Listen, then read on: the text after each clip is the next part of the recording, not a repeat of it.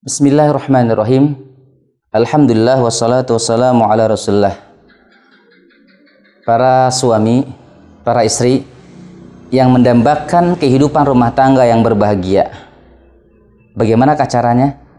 Caranya adalah dengan salah satunya kita harus sering-sering berdamai dengan pasangan kita sendiri. Mengapa sering berdamai? Karena bisa jadi yang ada pada diri kita itu juga ada pada pasangan kita. Yang ada pasangan kita itu pun juga ada pada diri kita. Artinya yang namanya suami istri dalam berinteraksi tidak ada yang sempurna. Pasti ada kesalahan. Bagaimana ketika kita menghadapi ketika ada ketidaksukaan dengan atau terhadap pasangan kita dengan akhlaknya kah, mungkin dengan perbuatannya, maka bersabarlah, berdamailah. Makanya Allah mengatakan dalam surah At-Taghabun dalam ayat yang ke-14, wa in ta'fu wa tasfahu wa taghfiru.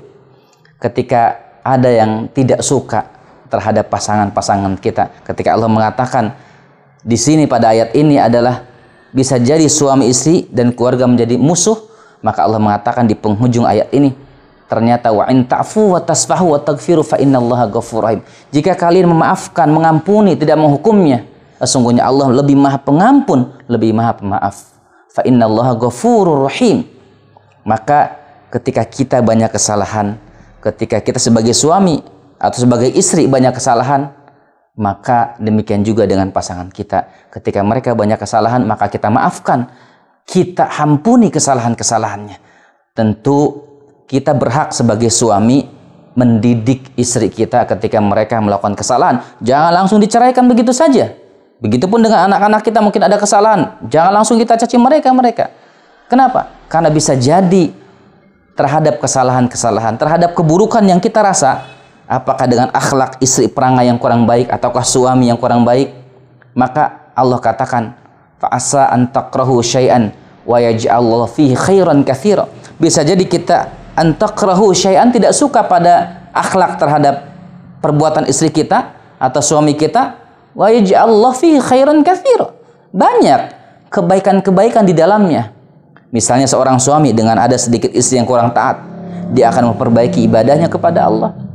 Ada tugas dia bersemangat untuk menimba ilmu terhadap ilmu keluarga sehingga dia bisa mentarbiah istrinya dengan lebih baik lagi. Begitupun sebaliknya, ketika ada seorang istri yang dirasa punya suami yang kurang bersemangat terkait mencari nafkahnya, bersemangat untuk membina keluarganya, dirasa kurang baik, suami yang toleh, suami yang dayus dirasa bagi istrinya, maka nasihatkanlah dengan baik, doakanlah suaminya dengan baik, dan tunaikanlah semua apa yang menjadikan hak-hak suami sebagai kewajiban bagi istri.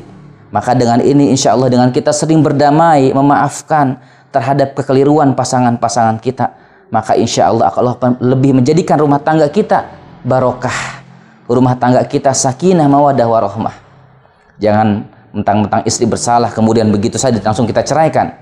Jangan hanya gara-gara suami melakukan kesalahan kecil kemudian kita langsung menggugat perceraian. Tidak demikian.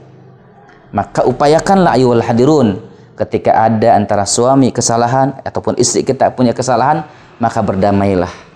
Maka perbaikilah dengan kita bermunajat, berdoa kepada Allah, perbaiki diri kita, maka insya Allah Allah akan mudahkan urusan-urusan kita. Assalamualaikum warahmatullahi wabarakatuh.